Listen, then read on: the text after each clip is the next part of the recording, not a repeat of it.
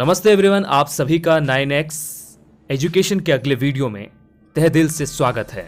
आज की इस वीडियो में हम आपको 30 ऐसे सवालों के बारे में बताने वाले हैं जो अक्सर ज़्यादातर कॉम्पिटिटिव एग्जाम में पूछे जाते हैं। यानी कि आज का वीडियो आपको बहुत ही इंपॉर्टेंट चीज़ों के बारे में बतलाने वाली है। तो पहला क्वेश्चन है कि मनुष्य ने सर्वप्रथम किस धातु का प्रयोग किया था?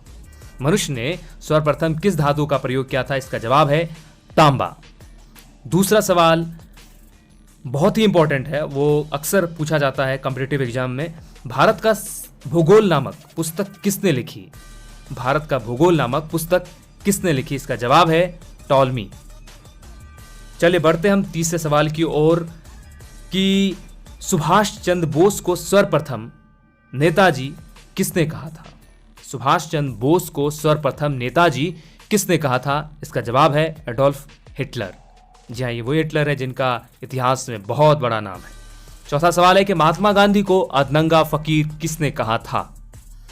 5 सेकंड मिलते हैं जवाब सोचने के लिए और इसका जवाब है चार्चिल। जी हाँ, चार्चिल।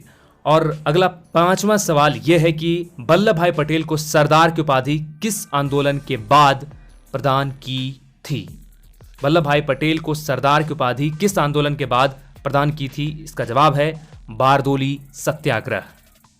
छठा सवाल है कि जय हिंद का नारा किसने दिया था? मुझे पता है कि जवाब आपको पता ही होगा, बट ये क्वेश्चन काफी इंपॉर्टेंट है, आप इसे हमेशा ध्यान में रखें। सुभाष चंद्र बोस। चलिए हम बढ़ते हैं अगले सवाल की ओर, जो 7वां सवाल है कि भारत को तलवार के बल पर विजित किया गया और तलवार के बल पर इसकी रक्षा की जाएगी, यह कथन किसने कहा था? इसका जवाब है लॉर्ड एलिगन। जी हाँ, इस सवाल को भी आप हमेशा ध्यान में रखें। 8वां सवाल है कि जनवरी 1879 में ब्रिटेन की महारानी विक्टोरिया को किस उपाधि से सम्मानित करने के लिए दिल्ली दरबार का आयोजन किया गया था? इसका उत्तर है कैसर ए हिंद। चलिए बढ़ते हैं अगले सवाल की ओर। 14वीं लोकसभा के अध्यक्ष कौन थे? यह सवाल काफी इंपॉर्टेंट है, आप इसे हमेशा ध्यान में रखें। इसका जवाब है सोमनाथ चटर्जी। 14वीं लोकसभा के अध्यक्ष सोमनाथ चटर्जी थे। सरिस्का में बांधों की विलुप्त होने की घटना की जांच हेतु सरकार केंद्र ने किसकी अध्यक्षता में कार्यदल बनाया है? इसके जवाब के लिए आपको मिलते हैं 5 सेकंड और इसका जवाब है सुनीता नारायण। जी हाँ, चलिए बढ़ते हैं हम अगले सवाल की ओर, जो काफी इंपॉर्टेंट है। पहली लोकसभा के अध्यक्ष कौन थे? पहली लोकसभा के अध्यक्ष कौन थे? इस सवाल को आप हमेशा ध्यान में रखें क्योंकि ये सवाल अमूमन परीक्षाओं में पूछे जाते हैं और इसका जवाब है गणु वसुदेव मलंकर अनंत शयन अयंगर। चलिए बढ़ते हैं अगले सवाल की ओर, जो 12वां सवाल है। प्रथम लोकसभा का गठन कब हुआ था?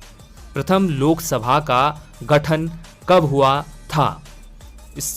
इसके जवाब के लिए आपको मिलेंगे 5 सेकंड, आप सोच सकते हैं, लेकिन 5 सेकंड के बाद हम आपको जवाब बता रहे हैं कि 6 मई 1952 को इसका लोकसभा का गठन हुआ था। 13वां सवाल है कि विदेशों के लिए भारतीय राजदूतों को नियुक्त कौन करता है? विदेशों के लिए भारतीय राजदूतों को नियुक्त कौन करता है? इस जवाब के लिए आपके पास है 5 सेकंड। 5 सेकंड के बाद हम जवाब खुद बताएंगे और यह है राष्ट्रपति। इस सवाल को आप हमेशा ध्यान में रखें क्योंकि ये सवाल भी हमेशा कॉम्पिटिटिव एग्जाम में रिपीट होते हैं। राष्ट्रपति की क्षमादान की शक्ति संविधान के किस अनुच्छेद के अंतर्गत दी गई है? राष्ट्रपति को क्षमादान की शक्ति संविधान के किस अनुच्छेद के अंतर्गत दी गई है? वो है 72वां अनुच्छेद। तो चलिए बढ़ते हम 15वें सवाल के लिए, जो काफी इंपॉर्टेंट हो सकता है। झंडा समिति के अध्यक्ष कौन थे? झंडा समिति के अध्यक्ष कौन थे? इसके जवाब के लिए आपको मिलते हैं 5 सेकंड और इसका जवाब है जेबी कृपलानी। जेबी कृपलानी झंडा समिति के अध्यक्ष थे। चलिए बढ़ते हैं अगले सवाल की ओर। 16वां जो सवाल है, संविधान निर्माण की प्रक्रिया में कुल कितना समय लगा था? यह सवाल काफी इंपॉर्टेंट है। इस सवाल को आप हालांकि बहुत इजी सवाल है, बट आप इसे हमेशा ध्यान में रखें। इसका जवाब है 2 वर्ष 11 महीने 18 दिन। चलिए बढ़ते हैं अगले सवाल की ओर, जो 17वां है। संविधान सभा का गठन कब किया गया? संविधान सभा का गठन कब किया गया? यह भी एक इंपॉर्टेंट सवाल है जो अमूमन आपको पूछे जाते हैं कॉम्पिटिटिव एग्जाम में। यह है 1946 जुलाई।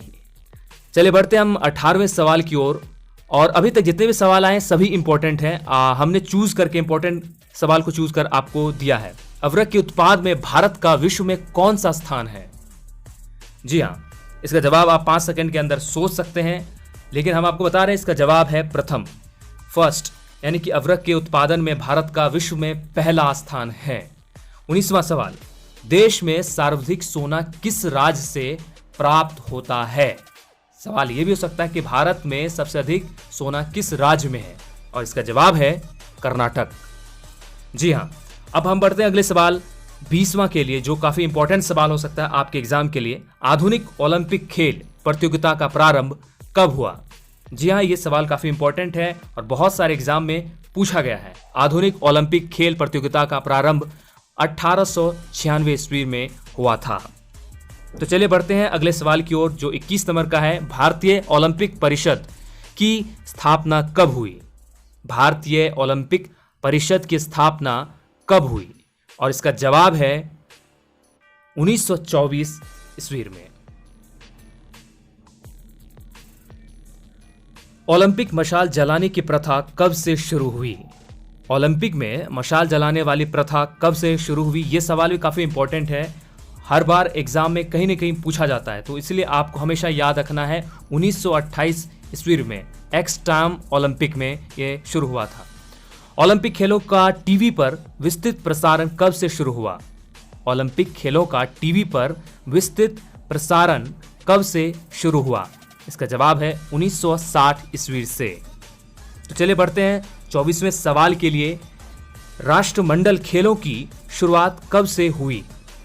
राष्ट्रमंडल खेलों की शुरुआत कब से हुई? इसके जवाब के लिए हम आपको देते हैं 5 सेकंड, और इसका जवाब है 1930 ईस्वी में। जी हाँ दोस्तों, चलिए बढ़ते हैं हम अगले सवाल की ओर, जो 25 नंबर का सवाल है। भारत ने पहली बार कब राष्ट्रमंडल खेलों में भाग लिया? भारत ने पहली बार कब राष्ट्रमंडल खेलों में भाग लिया? इसका जवाब है 1934, दूसरे राष्ट्रमंडल खेल। तो चलिए बढ़ते हैं अगले सवाल की ओर। एशियाई खेल का प्रारंभ कब व कहां हुआ? एशियाई खेल का प्रारंभ कब और कहां हुआ? इसका जवाब है कि एशियाई खेल का प्रारंभ 4 मार्च 1951 को नई दिल्ली में शुरू हुआ। चलिए बढ़ते हैं 27वें सवाल की ओर। क्रिकेट खेल का जन्मदाता कौन से देश को माना जाता है? इस सवाल का जवाब कई लोग जानते होंगे। इसका जवाब है इंग्लैंड। जी हाँ, इंग्लैंड से इस खेल की शुरुआत हुई थी। उसके बाद पूरे देश में, पूरे विश्व भर में इस खेल को ख्याति मिली। 28वां सवाल है कि फुटबॉल खेल का जन्म कहां हुआ?